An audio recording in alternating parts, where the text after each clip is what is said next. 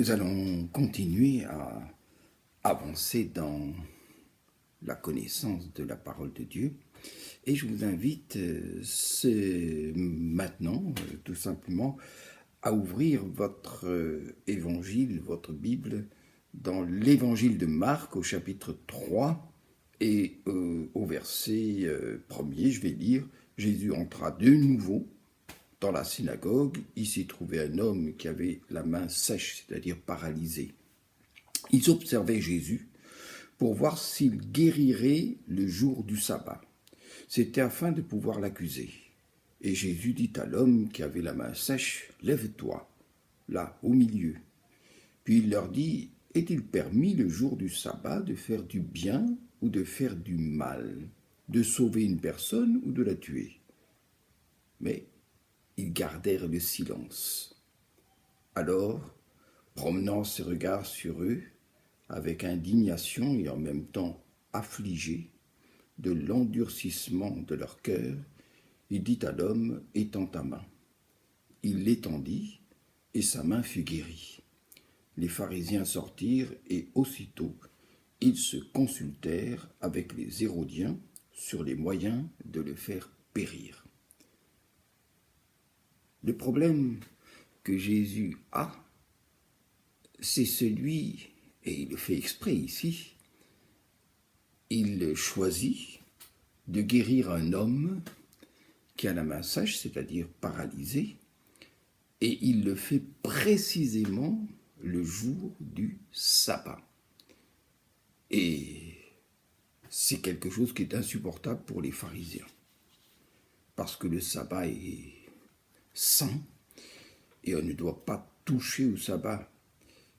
On avait le droit d'interpréter la loi, bien sûr, mais c'est ce que faisaient les rabbins, mais on n'avait pas le droit de toucher à la loi. Et Jésus, là, comme dans le passage précédent, il dit « le sabbat a été fait pour l'homme et non l'homme pour le sabbat », de sorte que le Fils de l'homme est maître du sabbat, eh bien, est celui qui change les choses. Il détrône la loi de sa place, intermédiaire qu'elle était, médiatrice qu'elle était, entre Dieu et l'homme. Et pour une raison toute simple, c'est que il y a, et c'est l'apôtre Paul qui le dira avec force, il n'y a pas d'autre médiateur entre Dieu et les hommes que le Seigneur Jésus.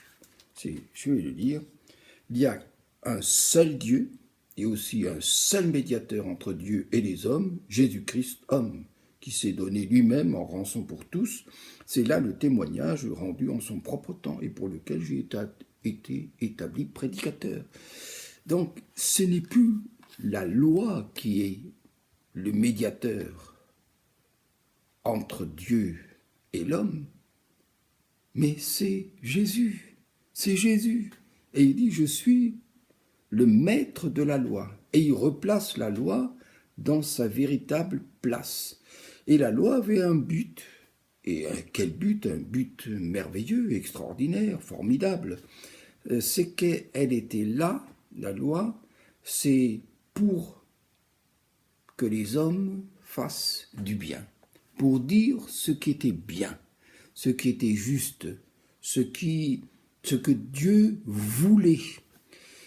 Mais ce que les pharisiens ont fait, c'est qu'ils ont tellement interprété la loi, le commandement, qu'ils sont arrivés à des inepties. Ainsi, le jour du sabbat, et c'est pour ça que Jésus pose cette question, est-il permis le jour du sabbat de faire du bien ou de faire du mal, de sauver une personne ou de la tuer? Le jour du sabbat, c'était le pire jour de la semaine, on ne pouvait rien faire. Et c'est très curieux parce que cet homme qui a la main sèche, c'est en fait un peu une image aussi des Israélites qui ont les mains liées, qui ont les mains paralysées par le sabbat. Parce que les pharisiens leur ont appris qu'il ne fallait pas faire quoi que ce soit le jour du sabbat. Le jour du sabbat, par exemple, il y avait quelque chose, on avait une puce, et qu'on était piqué par la puce, et bien il fallait attendre le lendemain, parce qu'on n'avait pas le droit de chasser la puce, et de l'attraper et de la tuer, parce que ça c'était la chasse, et là c'était du travail. Et c'est pour ça que Jésus est en train de les bousculer sur ce problème de la loi et du sabbat. Il dit, c'est moi le médiateur. Je suis le Fils de Dieu. Et d'ailleurs, je vais vous prouver, c'est que à cet homme qui a la main sèche, eh bien, je vais simplement donner un ordre et il va être guéri. Ce qui confirmera en quelque sorte eh bien, que je suis vraiment le maître du sabbat, que je suis le maître, que je suis le Fils de Dieu, que je suis le Messie que vous attendiez et qui est maintenant venu. C'est terrible. Et c'est Jésus lui-même qui a dit, dans Matthieu, on trouve cela dans Matthieu chapitre 5 verset 17, « Ne croyez pas que je sois venu pour abolir la loi ou les prophètes. Je suis venu pour accomplir. Je suis venu non pour abolir, mais pour accomplir la loi. Je suis le médiateur. Je suis celui qui veut restaurer la place de la loi. La loi est bonne. C'est l'apôtre Paul qui dira « La loi est bonne, sainte, juste. » Il n'y a rien à dire. Mais la loi en elle-même ne peut pas sauver, ne peut pas guérir, ne peut pas changer. La loi est bonne. Mais la loi a été donnée pour qu'on la suive. Et par exemple, quand il est question des 10 commandements, eh bien, tu ne tueras pas, tu ne voleras pas, tu honoreras ton père, ta mère, etc. Eh bien, c'est simplement pour qu'on la comprenne au travers de ce que Jésus est venu faire lorsqu'il dit « Tu aimeras le Seigneur ton Dieu, tu aimeras ton prochain comme toi-même. » Et c'est de regarder la loi avec ce qu'on n'aurait jamais dû oublier, c'est l'amour. C'est aimer. C'est aimer. Et la loi, elle nous montre ce qu'il faut faire pour aimer. Et aimer, c'est pas voler. Mais quand on aime quelqu'un, eh bien, on travaille même davantage, on s'arrange pour qu'il ait encore plus, pour donner plus. La loi, c'est tu ne tueras pas, mais ça veut dire tu tueras pas parce que tu as tellement d'amour, même pour celui qui te fait souffrir et qui te fait du mal et qui t'ennuie et qui amène de toutes sortes de ressentiments dans notre cœur, généralement. Eh bien, non. L'amour est tellement fort que tu pardonnes, que tu bénis et que tu fais du bien même à celui qui te fait du mal. Voilà, c'est ça la loi. La loi, c'est pour faire le bien. Et c'est pour ça que Jésus pose ces questions. Est-il permis, le jour du sabbat, de faire du bien? Eux, ils feront du mal. Parce que le vendredi, c'est-à-dire le jour qui précède le sabbat, ils décident de tuer Jésus et de mettre leurs mains dans le sang. Et le jour du sabbat, ils ont les mains pleines de sang. Et c'est ça qui va les paralyser. C'est Peggy, je crois, qui disait cela.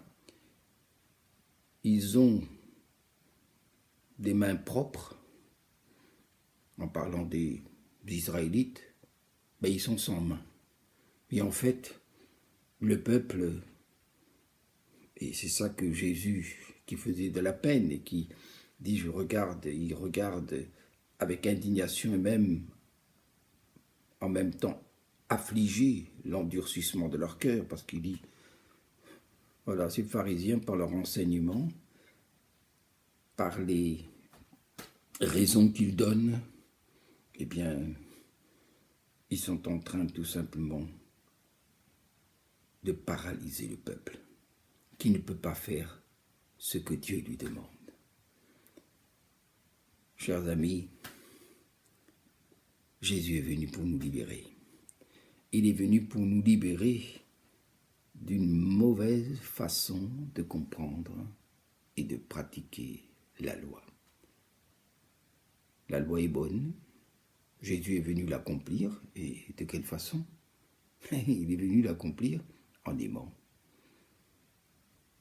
En aimant, en lui montrant la facette de la loi qui nous dit d'aimer, de ne pas aimer le mal, mais de aimer et d'aimer le bien. Et la loi sur ce plan-là est bonne, elle est juste, elle est sainte, et elle ne peut nous faire que du bien. Alors, il dit, la loi est au service de l'homme pour faire du bien. C'est ça qui est important. La loi a été donnée à l'homme pour faire du bien. Elle est au service de l'homme pour faire du bien. Et c'est pour ça qu'il pose cette question aux pharisiens. Est-il permis le jour du sabbat de faire du bien ou du mal? Et il nous renvoie aussi à nous-mêmes. C'est que la loi a été donnée pour faire du bien.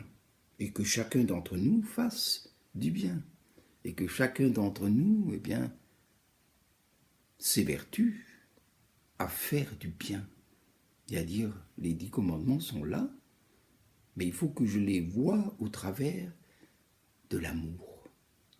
Que je les réalise au travers de l'amour. Et là, tout a changé. Et ça change. Et c'est pour ça qu'il dit, si quelqu'un te fait du mal, fais-lui du bien. Si quelqu'un te hait, aime-le, pardonne-lui. Que Dieu vous bénisse et que cette compréhension de la loi, dans le bon sens du terme, vous édifie et fasse du bien autour de vous. À bientôt.